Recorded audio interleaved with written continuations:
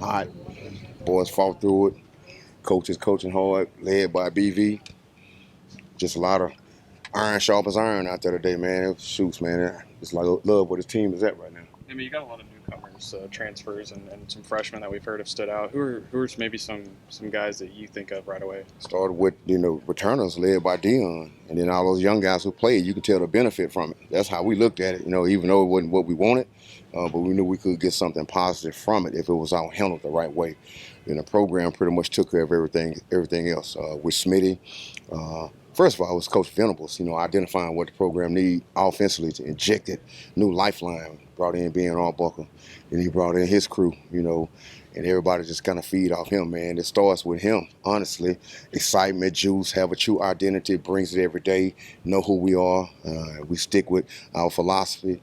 And, and everybody is held accountable. He do a great job of holding coaches accountable, and it all just trickle down to the players, man. So just executing, flying around, playing fun, and playing ball, having fun with it. It's just like recess for us. What's it been like working with Coach Arbuckle, getting to know him and getting on the same page as far as the offense goes? That's the page he's on is kind of like my background when it comes to college. Joining Cliff straight out of high school, and that's kind of like my foundation. And then a lot of those guys, those smart young coaches like Ben and Zach Killer, they take it and kind of add their own flavor with it. But the foundation is kind of built from those guys over there. Man, just his excitement, in the office with the guys, man, away from the building. He's just a true, genuine guy, man. So when you're working with guys like that, it means well, and all about the young men, you'll sell out for him. I want to see him be successful. Don't want to let him down at all. So I like where we at right now. Zion Kearney and Ivan Carey-On both stood out in the bowl game. What have you seen from them during this camp? Both, you can tell they benefit from the strength conditioning program as far as putting on some weight, putting on muscle, faster, just playing with confidence. You come out of high school and you forced to play as a true freshman in the SEC, and you survive with no injuries with those younger guys. And they're just playing confident right now. They know how to play with strength and know how to create separation, and just understand what's going on the back end, and know what it takes to play fast and know how to operate out there on the field at a high level. We've heard Elijah Thomas's name a lot. Elijah Thomas, you have, huh? What have you seen from him since you got here? Is there anything about his skill set that's kind of surprised you since he's been out on the field? I tell you what, we was talking about him a couple of months ago in a room with the rest of the receivers. And, Javan's background, he's Louisiana kid, Southern Louisiana.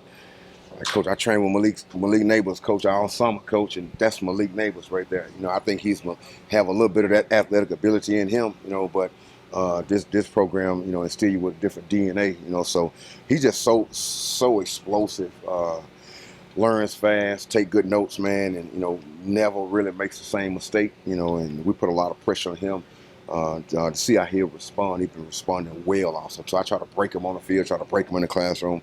I can't break him at all. But he got natural ball skills. So, like I say, so explosive, man. And his catch range and his radius is ridiculous, man. And I tell you what, he caught a screen the other day, man. He probably went 80 yards in probably about 3 seconds, man. So just a freak of nature to get better every day. Talk about those second-year guys and the confidence. Was it hard at all to keep their confidence up when they were kind of thrown into that fire last year with everything going on with your room? No, it was like we was in training during the season. Every phase of the game last year, even when those guys came to the sideline, everything was like training. That moment, that situation was all training. And those guys only could control what they could control. So they had to just operate and do what they were required to do. They didn't call the plays, they didn't throw the ball, they didn't create the system. They just had to do some stuff that was asked for them to do, and they all stood well with it. It was just hard. Like I was telling some guys last night, I just remember a certain situation. We were down in Baton Rouge at one moment, that game situation, and I just remember just putting all those young freshmen together like, man, we represent Oklahoma, man, this OU. Just look around. We'll never go through this ever again. So just make sure you remember this moment through training. When it get hard, you get pressure on your back.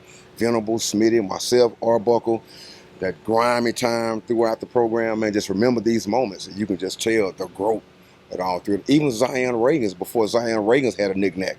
Man, he elite speed out there, quickness, speed, just understand spacing, just understand route running, leverage, so you can just tell the benefit from what those guys went through last year. So really, really like those guys in the room. What's it been like getting to know Isaiah and Keontae's? I knew Keontez back when he was at East St. Louis High School, and I know what that school is about. That school is similar to South Dallas, what they do over there, you know, as far as 24/7 grinding, training, holding you accountable, coaching, and putting pressure on you. So, and I got a chance to watch him as junior, senior in high school, and he was special then. I wanted him at that time.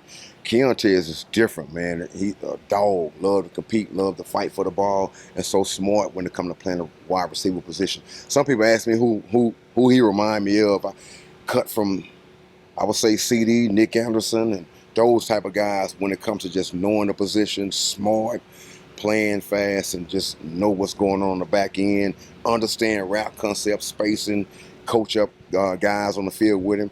Then Isaiah Santega, you know, he been in the SEC. You know, his dad is a head track coach, you know, in this conference. So he's one of those guys. Mom, you know, Olympic sprinter, you know, so he's just blessed with all kind of genetics. And then I just constantly just put pressure on him, pressure on him, pressure on him, pressure on him. You know, you get in a situation in the classroom to teach, and you just, you know, you try to instill simple rules with them, with those guys, and try to make it easy for those guys to learn. And so when they get out on the football field, you know, you constantly just breathing down their back in a rough way, and put them in situations where you demanding a positive response. And he done stepped up to the table, man. That's one dude, man. He approach everything like a pro. I tell you, he approach everything like every day. Like right now, he's probably in the cold tub. Just the details as far as taking care of the body. He do things the right way as far as his nutrition intake, the rest, all of the details that make you a special player, man. He's already blessed with it and maximizing it. When you got a guy, Michael Carter, settled in, and what have you learned about him since he's been here? Quick learner, fast, old school country boy, love the game, love everything about Norman, Oklahoma. Him and his mom does. I mean, they love everything about Norman, Oklahoma. The people here, the community, the school, what we do for the young men in this program. You know, we living up to who we said we were back during the recruiting process, because he had choices and options also too. You know, but the family environment here, the culture, and our DNA here is what caught his attention, his mom attention, and they seeing it every day. And just so thankful to be in this position. Smart learner. He's a strainer. You know, when it comes to perimeter blocking, route running, he's going to strain and try his best to grade out extremely high when it comes to every assignment. Tough kid, tough country kid that's going to fight for you. And that's what you need in this conference. So when you were thinking about players in the portal, you had the conference in a style of play in mind when you were selecting players, not the stars or where they was coming from. It's guys that fit OU, that could withstand OU, and that could withstand the battle that we go through in conference. When you have a guy like Javan, who's having the spring that he had before the injury, just what's the process of, you know, keeping him engaged off the field throughout the recovery process, and then I guess ramping him back up as he's getting closer? You know, myself, Venables, Arbuckle, the sports medicine department, sports science department, we all like one big team when it comes to Javan. We're in with the rest of the players. But me personally, I look at him like he's not injured. You know, he still is required to do everything that all the rest of the guys have to do. He still get questions in the room. We still call him out in the room. He still have to present. He's still right there with us in the huddle. He's helping the younger guys that's out there on the field at the same time also too. And we putting him in situations to make sure he's staying up to speed. But that's one dude, man. That's just a natural specimen. So I can't wait till he come back. With the rest of the guys that we have. All of them have different type of skill sets and bring different type of DNA to the room and to the program. What impressed you about his spring before that injury, though? Tough, man. Tough. This conference.